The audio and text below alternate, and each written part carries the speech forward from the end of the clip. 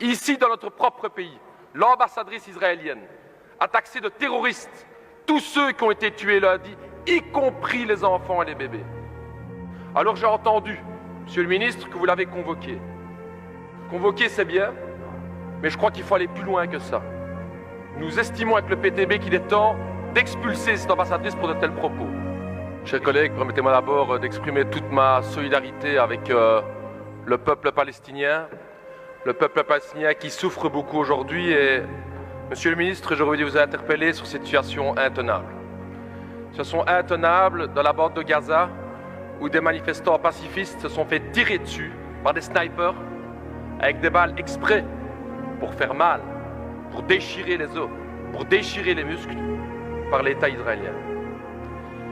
Et chers collègues, une fois de plus, nous ne pouvons que dénoncer l'hypocrisie de la communauté internationale et plus particulièrement de l'Europe et de la Belgique. N'importe quel autre pays au monde aurait fait le quart de la moitié de ce que fait Israël, on aurait déjà appliqué un embargo. N'importe quel autre pays du monde aurait été chercher une telle répression, appliquer une telle répression, qui aurait déjà eu des motions et des sanctions. Mais non, quand il s'agit d'Israël, on se tait. Quand il s'agit d'Israël, on fait quelques déclarations, mais surtout, aucune sanction. Pourquoi ce deux poids, deux mesures? Pourquoi tellement intervenir contre les autres pays et jamais prendre des sanctions contre Israël? Ça, c'est la question que l'ensemble des peuples du Sud nous pose comme question. Pourquoi cette hypocrisie? Ici, dans notre propre pays, l'ambassadrice israélienne a taxé de terroristes tous ceux qui ont été tués lundi, y compris les enfants et les bébés. Alors j'ai entendu, Monsieur le ministre, que vous l'avez convoqué. Convoquer, c'est bien, mais je crois qu'il faut aller plus loin que ça. Nous estimons avec le PTB qu'il est temps d'expulser cette ambassadrice pour de tels propos.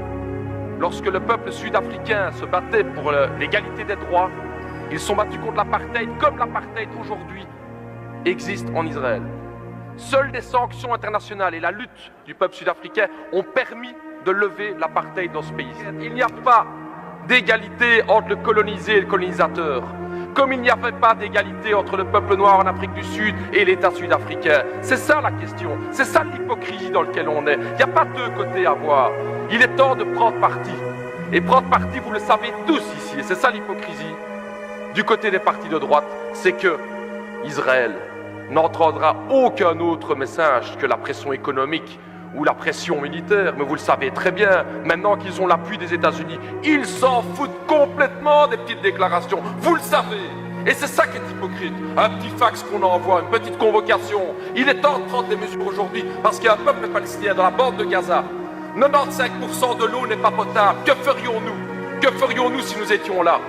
45% de chômage, et on regarde. Alors cette hypocrisie à l'Union européenne, M. Reynders, il serait temps de la dénoncer, et si vous voulez vraiment faire avancer les choses, vous auriez pu prendre un acte bilatéral qui est celle d'expulser l'ambassadrice, comme l'autorité belge vous auriez pu le faire, et c'est regrettable que vous ne le faites pas, et c'est vraiment hypocrite.